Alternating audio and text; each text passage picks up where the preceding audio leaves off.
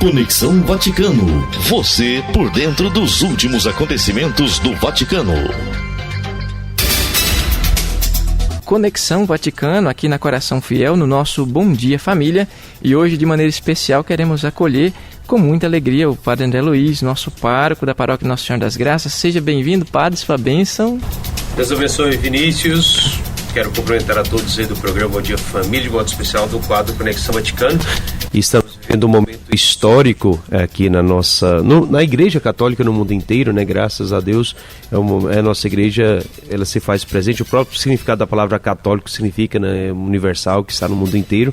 E nós estamos vivendo esse momento histórico, com certeza, na nossa igreja. E, claro, podermos compartilhar isso também é algo que nos enriquece muito, com certeza. Será um momento bom e quero agradecer desde já pelo convite e pela acolhida. Nós que agradecemos o senhor pela disponibilidade, pela amizade, né? Sempre unido à nossa comunidade, um grande amigo. E eu queria perguntar ao senhor, né, como sacerdote, também nessa missão que o senhor tem desempenhado à frente da Comissão Nacional de Presbíteros, como que é para os padres brasileiros nesse momento, a partir da morte do Papa Francisco, esse início do período de sede vacante, como o senhor percebe que o nosso clero acolhe e vive esse momento tão forte, padre? Na verdade, a própria palavra Papa significa pai também, né? Então, de uma certa forma, nós nos sentimos órfãos, e isso eu acho que uma das maneiras, para mim, perceptível é quando nós estamos rezando a própria oração eucarística, que a oração eucarística tem vários momentos, né? Reza pela igreja, pelo Papa, pelos bispos, pelos ministros ordenados e todos, né? E quando nós rezamos ali na parte onde se fala em comunhão com o nosso Papa, e a gente não reza essa parte, né? Então a gente pula em comunhão com o bispo e tudo. Então é um sentimento mesmo até de vazio, né? De orfandade mesmo assim, né? Então com certeza é um momento, como já disse, delicado, histórico, mas que sempre já aconteceu na história da igreja e estamos vivendo agora, né? Eu particularmente, assim como o padre, a segunda vez, porque quando o João Paulo II faleceu, eu ainda era seminarista, né? Então, quando o Bento renunciou, eu vivenciei isso, e agora, com a morte mesmo do Papa Francisco, com certeza isso para nós é um sentimento de orfandade e até mesmo assim de perca, mas com certeza o Papa Francisco deixou o seu legado na vida e na história da igreja. Nós vamos colher os frutos disso no decorrer da caminhada. Amém. E de maneira particular para o senhor, como foi quando o senhor recebeu a notícia? Acho que para todos nós foi inesperado, e a gente partilhava há pouco tempo, o senhor teve a oportunidade de estar com o Papa. Acho que é ainda mais forte esse sentimento, né, padre? Com certeza. Eu acho que quando nós ouvimos sobre o estado de saúde do Santo Padre no início, que ele foi internado, na verdade ele demorou para ser internado, porque realmente ele é bem persistente, assim, bem quer ser firme, assim, às vezes demora buscar um socorro, então ele demorou um pouco ali, na verdade, assim, e depois ficou um bom tempo internado ali. E, por fim, a gente teve notícias bem difíceis, aqueles boletins que passavam ali, realmente eu ficava muito preocupado mesmo, e dava para ver que a situação, alguns médicos ali, seja lá, seja aqui também, que a gente tem contato, quando li aquele quadro, dizia que era um quadro muito complexo mesmo, né? E de fato foi complexo. Mas por fim ele ganhou alta, e até no dia anterior da morte dele, ele saiu ali na praça, no Vaticano, né? Ali de frente à Basílica São Pedro. Então ali, aparentemente ele acolheu até alguns chefes de Estado.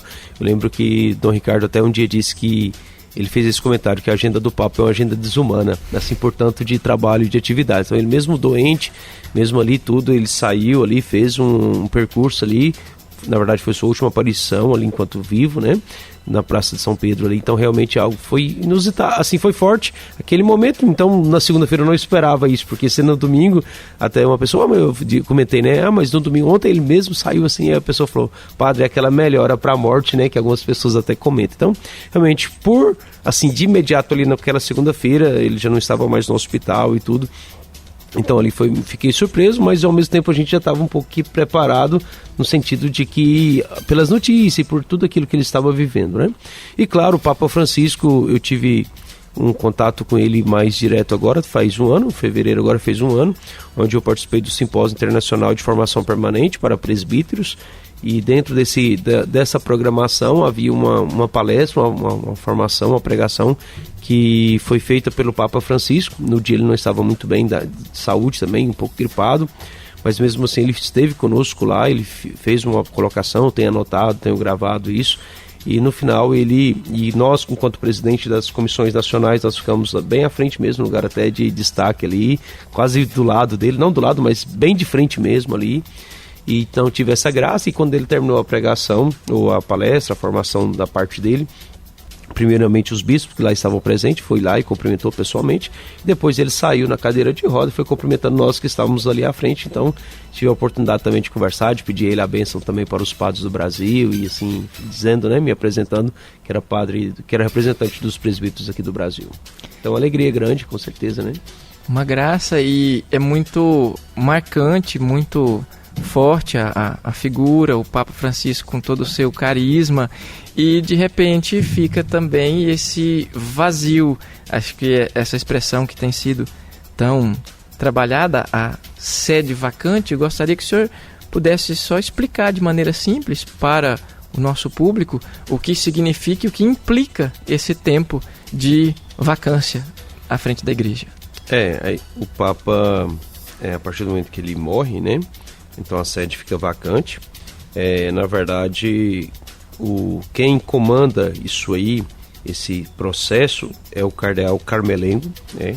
A palavra Carmelengo vem de camareiro, aquele que serve o Papa. Então, automaticamente, o cardeal Carmelengo, ele toma frente desses trabalhos, seja de organização ali do funeral, e também acompanha o processo do conclave.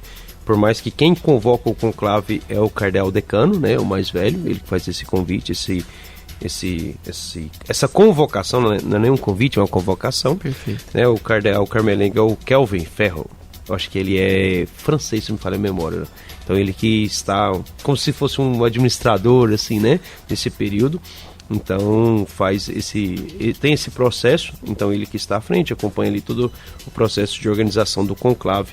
Então realmente essa sede vacante realmente é algo que mexe conosco, mas que estamos em processo, e esse processo de escolha do novo Papa é um processo que está ligado, claro, ao grupo cardinalício mesmo, né? Mas a nós também nós temos uma responsabilidade, que é uma responsabilidade de nos acompanhar com oração, né? Então nós temos que estar unidos nesse momento, sobretudo unidos em oração, nesse processo delicado da nossa igreja. Delicado que diga-se, né, um processo de perca e ao mesmo tempo de escolha, né, de um novo sucessor de Pedro, né?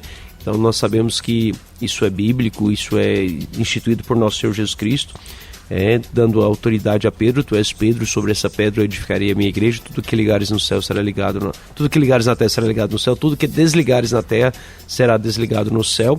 Em diversas passagens também, onde Jesus pede a Pedro que pudesse apacentar as ovelhas, apacentar o rebanho. Então, na verdade, é um chamado, tu és Pedro, sobre essa pedra eu edificarei a minha igreja, então edificar a igreja de Cristo.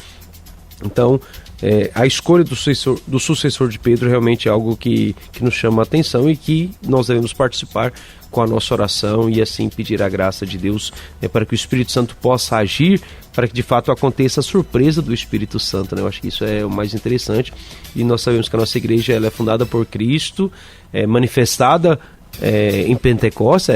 Pentecostes é a manifestação da igreja, que a gente vai celebrar daqui a pouco, né? E ela é cuidada, né? O Lumen Gentium fala sobre isso, né? A igreja foi preparada por Deus desde toda a eternidade, foi fundada por Jesus Cristo, e diversas ações que Jesus funda a sua igreja, a começar pelo convite dos 12 apóstolos. Ela foi manifestada pelo Espírito Santo em Pentecostes, e ela será consumada somente no final dos tempos. Então nós temos essa certeza. Eu gosto muito dessa definição da igreja da Lumen Gentium, do Concílio Vaticano II. Então estamos vendo esse processo de preparação.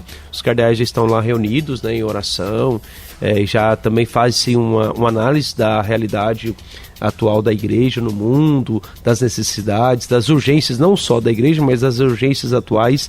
Então, a partir dessas análises, desses estudos, dessas conversas, então, eles entram ali em oração, iniciam o conclave e faz, então, ali uma escolha, né, fruto da oração mesmo, para que possa acontecer ali e ter um novo representante de Pedro, o sucessor de Pedro, né, o Papa que seja de fato alguém da vontade de Deus mesmo assim, que seja escolhido. Portanto, participar bem com essa realidade.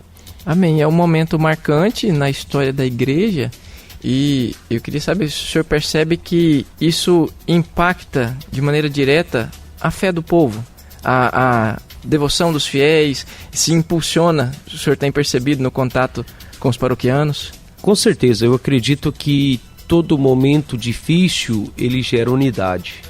Então, quando, por exemplo, uma família perde um ente querido, por exemplo, a família se reúne, vem gente de vários lugares para o velório, para aquele momento, os amigos solidarizam, fazem as suas condolências. Então, no momento de perda, no momento de dor, com certeza faz se unir. Então, eu acho que foi um momento onde nós, católicos, assim, nós nos unimos em oração, desde a perca do Papa e agora também na escolha do novo Papa. Então nós estamos nos unidos nesse momento de dor, de perca, de luto, com certeza nos faz unir e também nos chama a atenção para isso, né?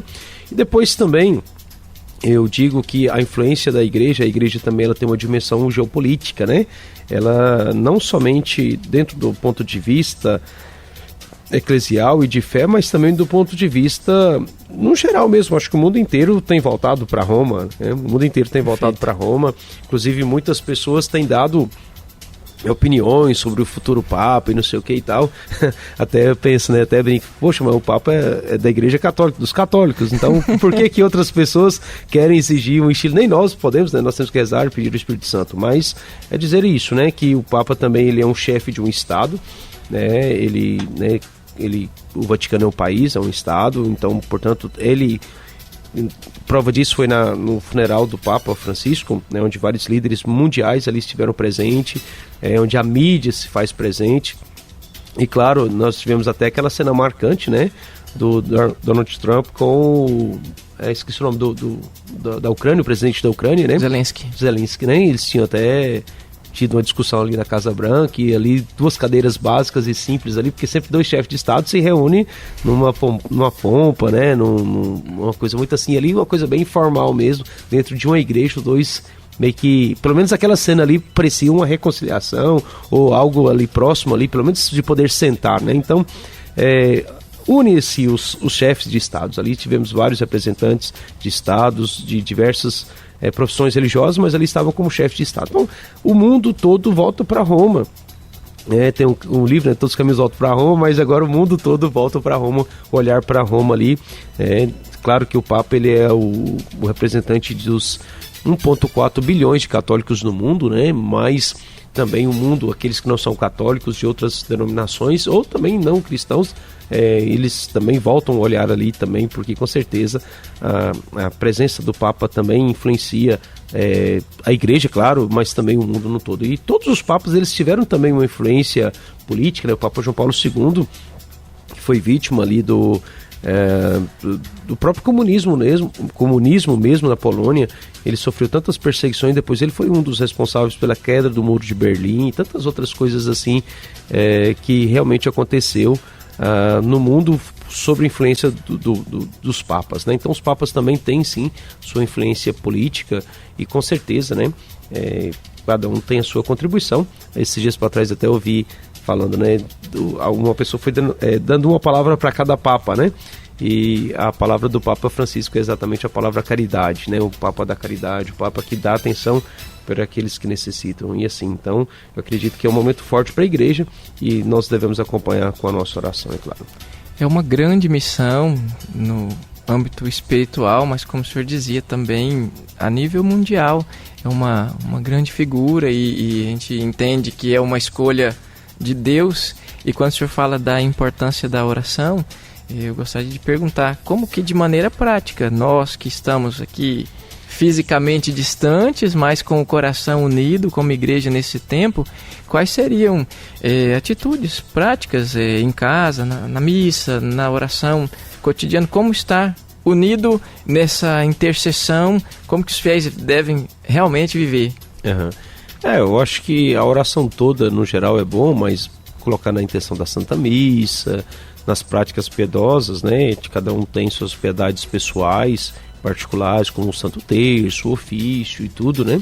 Na verdade, também tem uma oração, depois a gente pode até publicar uma oração lá, né, para a escolha do novo Papa também, pode ser feita essa oração em particular, mas as orações espontâneas e aquelas que nós fazemos já, colocar também nessa intenção, acredito que é importante estarmos unidos, né? Porque as pessoas, claro que existem muitas conspirações nessa escolha, né? E o pessoal fala que, sobretudo sobre a influência daquele filme Conclave, tantas coisas, né, que se tem. Então, na verdade, o pessoal afirma de muita política, muita coisa. Claro que com certeza deve ter conversas, diálogos, isso aí é coisa muito natural, né? Acho que você, olhando ali a realidade da igreja, o perfil daqueles cardeais ali, com certeza deve haver conversa, e eu acho que é necessário haver essas conversas, né? Essas escutas ali, mas eu acredito que não seja algo assim tão tendencioso, mas algo que de fato seja conduzido mesmo pelo Espírito Santo. É isso que a gente pede mesmo, e o Espírito Santo é que esteve presente na manifestação da igreja ali em Pentecostes, né? E com certeza ele conduz essa igreja, e ali também os cardeais estarão com certeza iluminados, guiados e inspirados pelo Espírito Santo, né? Para que possa escolher o que for melhor ali para ser o sucessor dos apóstolos. Então realmente é algo, e a mídia e tudo, né, conspiram. É interessante, né, as pessoas, a mídia, né, faz a lista lá dos 12, dos 13 possíveis papas, claro que são possíveis mesmo, mas é interessante. Eu vi uma frase esses dias, foi até Dom Leonardo Stein que pronunciou essa frase, mas ele citou alguém, eu não lembro quem ele citou na verdade, então por isso eu vou citá-lo. Ele disse que a maioria todos os que entram papas no conclave saem cardeais. Ou seja, os papáveis voltam cardeais mesmo, e aqueles e acontece de fato a surpresa do Espírito. Até mesmo se você for olhar, o Karol Wojtyla entrou como cardeal, as pessoas não o conheciam, né? E foi um grande São João Paulo II hoje.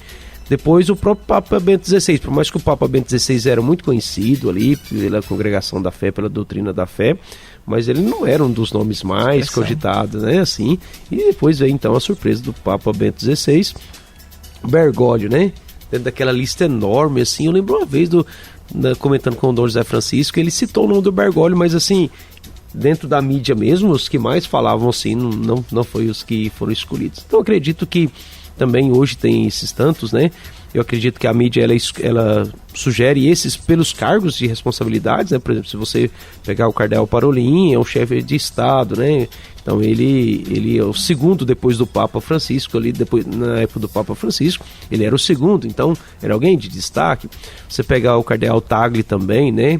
Então da Filipinas, né? Era alguém que está ali com trabalhos, né, o dicastério da evangelização, que estava ali do Papa, ao lado do Papa Francisco. Então, se você pegar esses nomes aí, você tem uma lista, né, de pessoas que estavam ali. Mas tem as surpresas, né? Até vi uma notícia de que, eu acho que foi até do Vaticano, que um cardeal lá do Hong Kong, eu acho, né, acho que é Hong Kong mesmo, se não falha a memória, que meio que denunciou um pouco do comunismo, foi proibido de vir e tal, mas agora parece que liberou. Então, às vezes a gente menos espera desses aí que a mídia nem vê e tal, quem sabe seja alguém que a igreja esteja precisando, que o Espírito Santo possa escolher, né? O pessoal também comenta de alguns brasileiros, assim, eu não sei, na verdade, até perguntaram um cardeal esses dias, né? Cardeal, quem que o senhor acha aí que vai, não sei o que, ele falou assim, você viu aquela lá, né? Eu sou o cardeal, não sou o profeta. Eu gostei daquela estilo Tramontina, né? Mas realmente é isso, né? Eu acho que é colocar mesmo. Algumas pessoas falam do Dom Sérgio, porque também dentro do grupo dos G8 ou G9 que o Papa tinha, o Papa tinha um grupo de cardeais mais próximo ali, como se fosse um conselho, né? Então eles reuniam com frequência. Então Sérgio era alguém que estava lá. Então se você for por essa ótica aí, com certeza são esses que tinham alguma função, alguma responsabilidade, que estavam mais perto do Papa Francisco, mas nem sempre pode ser que seja alguém que esteja ali. Então realmente todos os 135 votantes podem ser votados, né? Então realmente é isso, de 252 cardeais, 135 poderão votar e ser votados. Então, né, desses aí com certeza será um, né?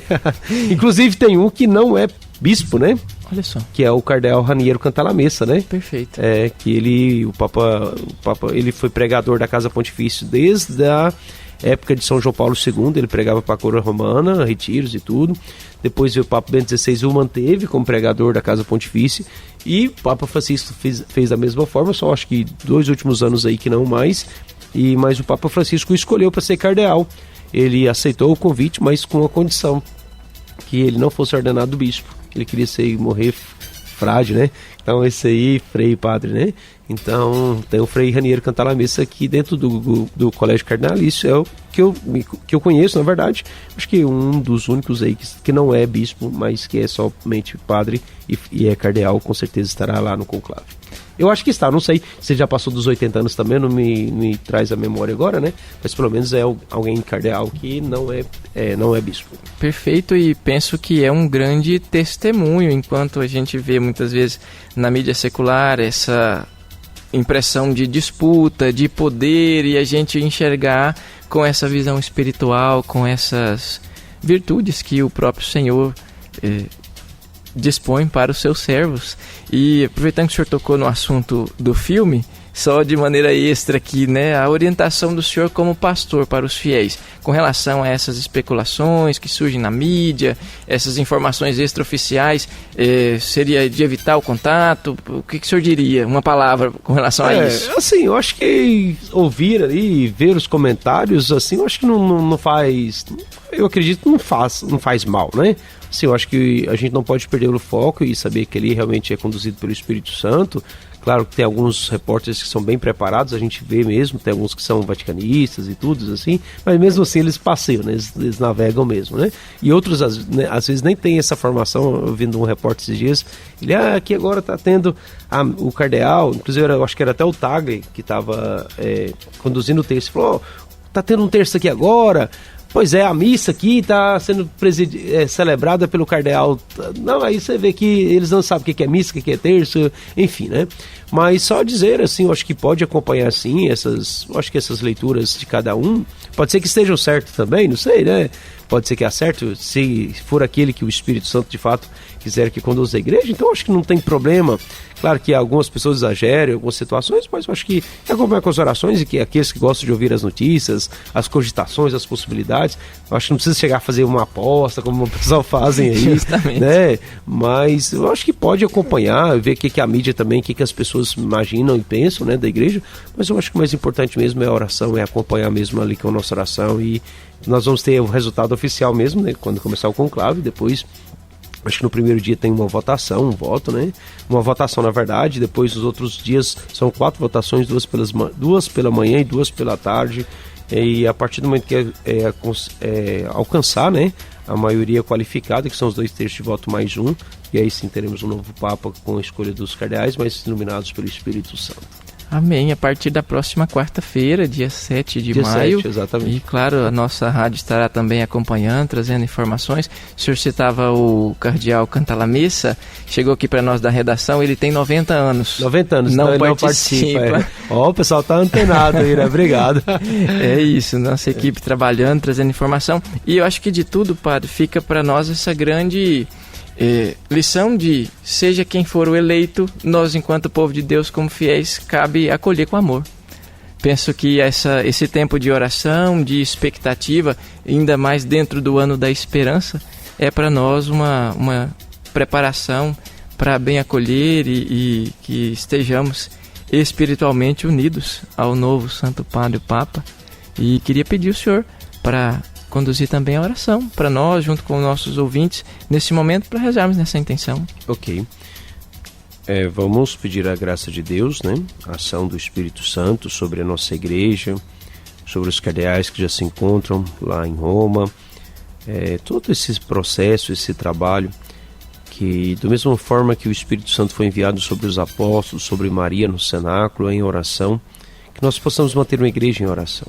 Que o mundo seja esse rincão, esse grande cenáculo, né, onde Maria se faz presente, nós que somos discípulos, apóstolos, missionários, seja os cardeais que lá estão, aqueles que não estarão, sejam os bispos, sejam os sacerdotes, diáconos, consagrados, membros de comunidade, os leigos, todos nós, que nós estejamos unidos em oração, para que o Espírito Santo também desça sobre nós, para que a nossa oração nos faça participante desse momento histórico da nossa igreja.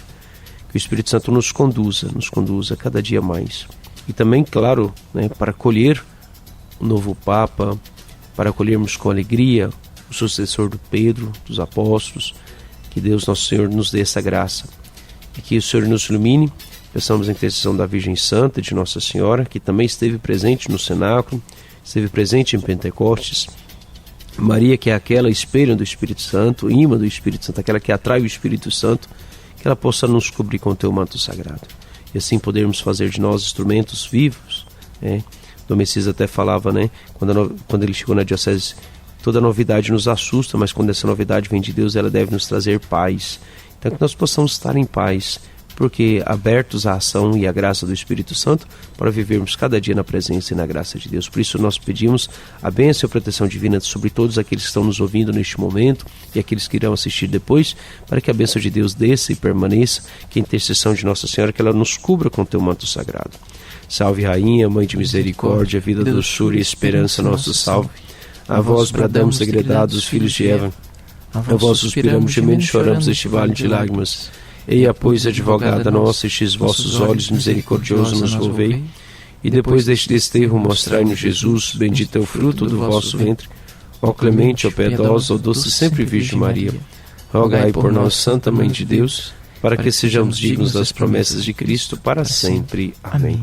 Abençoe-vos Deus Todo-Poderoso, em nome do Pai, do Filho e do Espírito Santo. Amém. Amém. Obrigado, Padre. Gratidão mais uma vez. Deus abençoe a missão. Amém. Obrigado. Obrigado pelo convite. Estamos sempre à disposição. Obrigado a você pela audiência, pela sintonia. Que Deus abençoe sua vida e sua família. Amém. Essa foi mais uma edição do nosso Conexão Vaticano, aqui no Bom Dia Família, na Rádio Coração Fiel. Continue conectado conosco a qualquer momento. Mais informações, mais participações especiais preparadas para você. Você ouviu Conexão Vaticano. Fique ligado na Coração Fiel e fique por dentro de todos os acontecimentos.